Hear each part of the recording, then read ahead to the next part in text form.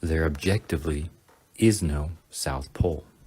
There is no such thing as a South magnetic pole compass. There is no analog instrument that measures the South magnetic pole. This is a star chart for the Southern Hemisphere. The same star charts have been used for over 2,000 years. Never changed, because we don't live in an expanding universe, because that would mean the stars would change. And they are time itself, created from the fixed point source charge in the center that creates the toroidal field, which we live inside of. Your compass measures the concentric semicircles and circles from that fixed point. You see a star in the center of this map? No, because there isn't one. Do you see a star in the center of this map called Polaris? Yes, because there is one. Discussing that you don't believe in. Nah, I don't believe in space. I'm like, I'm a religious, so I think like we're just going right now. I don't think there's like other planets and other stuff like that. I don't know. What led you to that point to believe that? Well, like I thought you used to believe in like the heliocentric thing, like he used to revolve around the sun and stuff. But then like I started seeing like flat Earth stuff, and I'm like, that was just kind of interesting. And they start bringing up valid points. So, I mean, I don't know. Could be real. You know what I'm saying? This is what NASA show us on the television.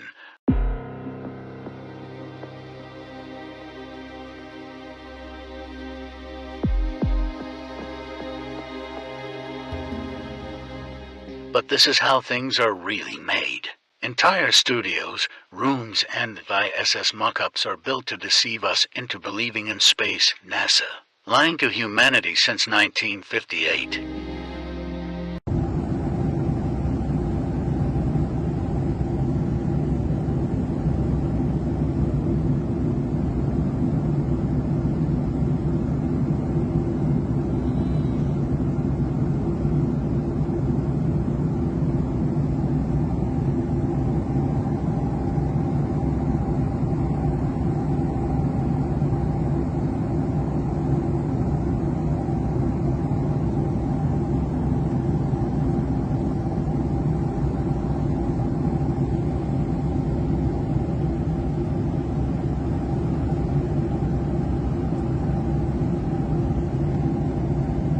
Oh, I get it. I totally get it now. Earth is traveling through space inside a giant pressurized airplane.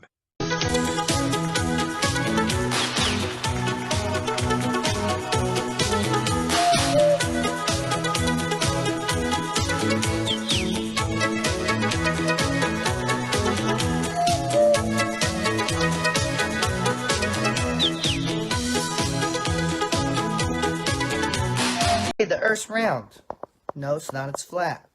So they got these fiber optic cables that run in the ground, right? That they're talking about chopping, which will kill all of our Wi-Fi. Billionaires are building bunkers in the ground. Billionaires. If space was so fucking real, why wouldn't they go hide on the fucking moon in their luxury place that they built there? Why are they building it here? Underground. I don't know, man. What do you believe anymore? So if they cut off all of our satellites and we now have no communications whatsoever, what's the military going to use? Oh, they have their own internet. Well, if there's no satellites in the sky and they cut all the wires that run it, then it's probably not going to work, correct? I don't know. I could be wrong. Who the f*** am I, right? All I know is if I had $1 billion and the world was going to shit, I'd leave this planet. But you don't seem to can you?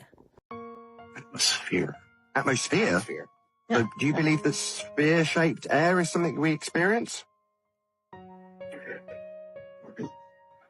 Why don't you explain to me what you perceive it to be? It's your word. You said atmosphere. What do you think that means? That is the amount of gases that are held within the Earth by gravity. Held? Gravity doesn't hold anything. It's not a force. There's no scientific evidence of gravity. Really? Middle of the statement. Middle of the statement. My bad. Obviously, it's me being a dick, wanting to make a false statement, contradicting you. Obviously, that's me being a dick. No, there is no force of gravity. My bad. Still in the middle of the same sentence. Obviously, this is me being a dick. Maybe this is me interrupting you. The gravity's not a force. What you've been doing the whole show. My bad. That's the fourth attempt. Gravity's not a force to hold gas in a sphere shape. Gravity is the bending of a conceptual medium known as pseudo-Riemannian force space-time derived in the mind's eye of Einstein in mathematics. It's a fourth-dimensional geometry. Meanwhile, in reality, we live in a three-dimensional Euclidean reality. There is no dimension of time to bend. Even if we could bend time as a dimension in a Euclidean four-space geometry, it wouldn't be a container for gas. Gas isn't held by pseudo-Riemannian force-space time bending in an Einsteinian gravitational dimension. Further to that, the notion that gas being held, i.e. gravity is a force, was debunked by Einstein 108 years ago. Mass does not attract mass. That's a Newtonian concept of gas. Pressure being held because of its weight going down towards the center of Earth.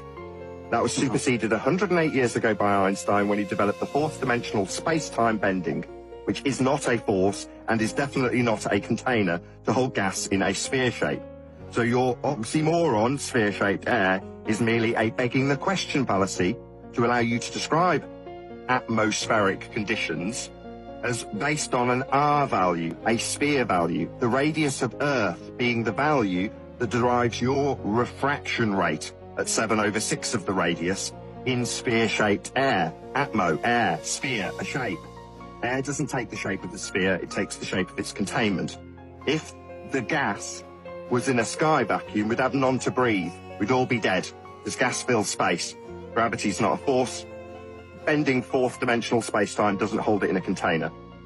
An historic moment in lunar exploration, a U.S.-made spacecraft landing on the moon for the first time in more than 50 years. Odysseus landing on the moon! What an amazing accomplishment. I mean, I am just so amazed. It makes me want to actually cry. The achievement that we made. If you actually truly believe this happened, wink, wink. I will let you decide for yourselves what you choose to believe in when it comes to this. Maybe this is what caused AT&T's outages. I don't know. You put two and two together and you tell me what you think about all of this. But do you honestly think that they took this to the moon?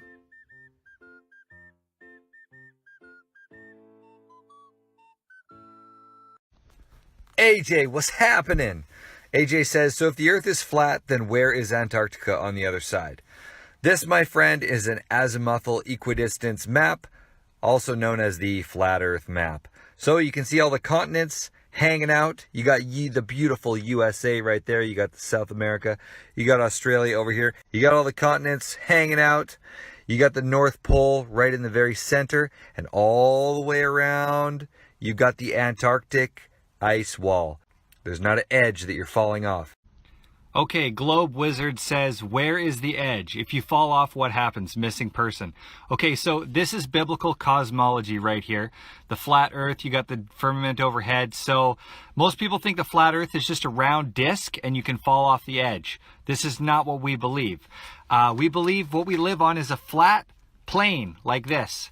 And then above it, you've got the firmament. Same thing, it just runs in parallel. So you have the physical realm down here that we live on and the spiritual realm above us. They're like two parallel lines and they run parallel with each other. Plenty of pictures of Earth that aren't CGI, my dude. Plenty of them.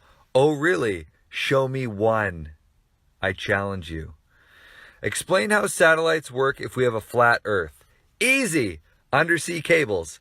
Did you know that undersea cables are responsible for 99% of the world's internet communication? We also have ground-based towers, cell phone towers, that transmit our cell phone signals when we're within cities.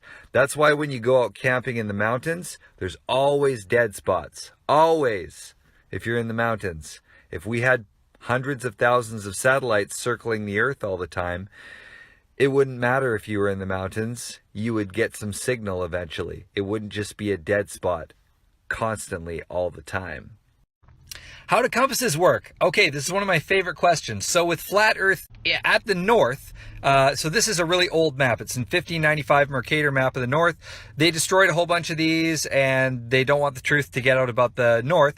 But apparently there's a massive chunk of land in the north. You can see Canada's over here. We got Greenland. Russia's on the far side. Europe's over there.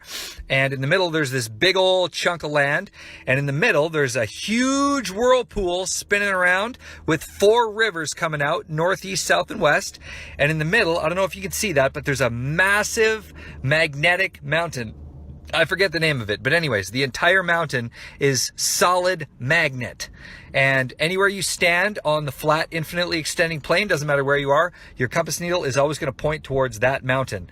Referred to as Mount Zion in the Bible, God's mountain. Anyways, there's lots of creatures too. Like there's lots of animals that know inherently where that mountain is. They know which direction north is. Cattle know which direction north is. They always stand facing north a lot of the times. Orcas, killer whales, they know which direction. Any migratory animal, they all know which direction north is.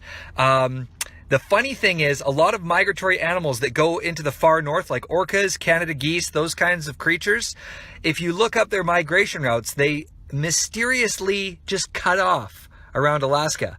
My theory about that is the truth is a lot of these animals are swimming or flying to these regions, these land masses here and this water here. They're going into this northern region. Just a theory, I don't know. But anyways, another part of this is in the north, there is a no-fly zone where no aircraft are allowed to fly beyond a certain parallel. I forget what it is, but it just happens to be right around where this landmass would be. And they tell you, oh, it's too dangerous to fly over the north, blah, blah, blah, blah, blah, which is a bunch of crap, in my opinion. But anyways, yeah, that's how compasses work. They point at that magnetic mountain. I love this comment, and I gotta do a video on it. I don't know if your username is Shaylee or Sheel. Shaylee sounds cool. Anyways, the comment is, NASA's funding is disgusting, but their BS videos, water tanks, scuba gear, wires for the dumb flips they fake, it's so lame it makes me belly laugh. Yeah, me too. I like calling them the fakery bakery, as Seven Club calls them. He's another guy who, he just is famous for exposing all the NASA lies. Anyways, oh, did you know, by the way, that NASA in Hebrew means to deceive? Nasa? Hilarious. Super funny. You can look up all the stuff, all you guys, globe, flat earth believer, whatever you are, on the fence in the middle, not, subscribe to either model. Go and look up this stuff. It's hilarious. I mean, zoom in on the lunar lander. It's obviously made of tinfoil and duct tape. You can see that they do all their videos and training for the space stuff underwater in Houston, Texas. They've got, piles of Hollywood studios. They use green screens there. They're one of the biggest purchasers for actor and actress harnesses. Da, da, da. So much stuff doesn't add up with NASA. Anyways, and their budget is billions of dollars, which we're paying for. Terrible. Imagine all the good stuff we could do with that money if they weren't doing their fakery bakery stuff. Yo, J-Swag Games. Rock. What is there possibly to gain from lying about the shape of the earth? Well, it's a spiritual battle for your soul. There's God and his kingdom of light and truth and love. And there's Satan's realm and kingdom of darkness and death and lies and deceit. So Satan is ruling this physical realm that we're on right here, and he is trying to keep you deceived so that he can keep you separated from rediscovering God and reconciling with God and having you follow God and join his kingdom. That's the whole point of your life here on earth. You have a physical body, but you are a spiritual being. You have a soul, you have a spirit, you are a child of God. And your whole point of being here on earth is to reconcile with God, rejoin his kingdom of love and truth and righteousness and goodness. And Satan wants to keep you distracted by all his lies so that you will not rediscover God and his wonderful kingdom of truth. That is what Satan has to gain about lying to you about the shape of the earth. It's just a small part of it, but it's all working together. I know nothing will convince you. I don't know why I bother. This is a really important point to discuss.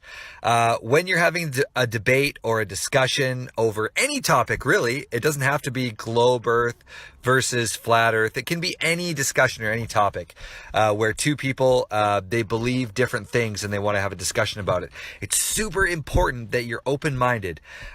If one person or both people are super close-minded and they're really stubborn about what they believe and they are not willing to look at a different perspective and entertain the idea that they might be wrong on a certain point, then it's not feasible to have a good conversation, and you're not going to make any ground about learning anything new or anything, because the person's they're like a rock wall or a stubborn horse. They don't want to go when you're trying to pull them or you're trying to get them to turn around and look at something. So stay open-minded, my friends. Let's not totally get all stubborn and block-headed. Let's be open to, entertaining different ideas and examining them and holding them up to the scientific method, where we go out and we do real-world experiments that are repeatable and we get the same conclusions every time. That's how we get scientific fact. 96. It's a big boy. So I got two big guests, big names, big bodies. Huge. Yeah, I don't even know if I introduce you to. You got Rampage the Legend Jackson here. You got Bradley. Meet me at 260. Martin. How much you weigh right now? Why people care if people believe in the earth the way the Bible describes it? Why do people get so mad about that? Does the Bible describe it as flat? Yeah. It does? With the dome, the firmament, and everything. Oh, that's news to me. That's new. You never read the Bible? No. That's the problem. That is a problem. That's why I go to hell. So why do people get mad at people if they just describe the earth the way the oldest history book describes it? Yeah. So this mean you think it's flat? Yep. You do? Yeah, I do. But what were you gonna say about? This is what changed me when I looked into emergency landings.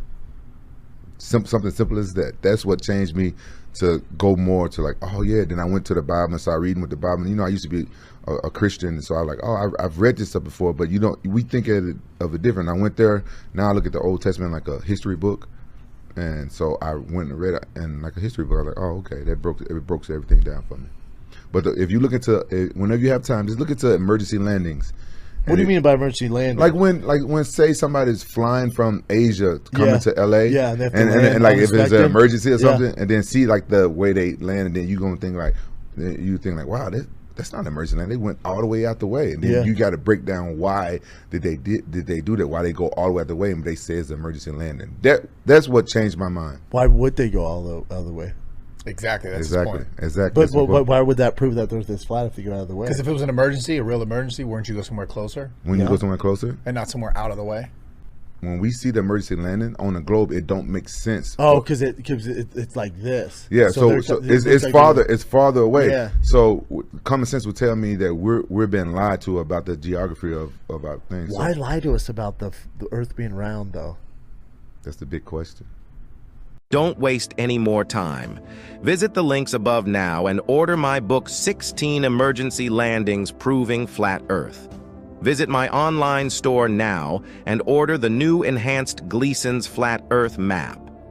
This map used to be in every school and library in the nation before NASA was created in 1958, when the maps were ordered removed.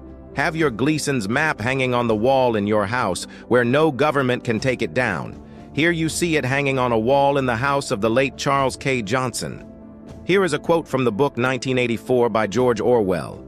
Every record has been destroyed or falsified, every book rewritten, every picture has been repainted, every statue and street building has been renamed, every date has been altered, and the process is continuing day by day and minute by minute. History has stopped. Order your map now.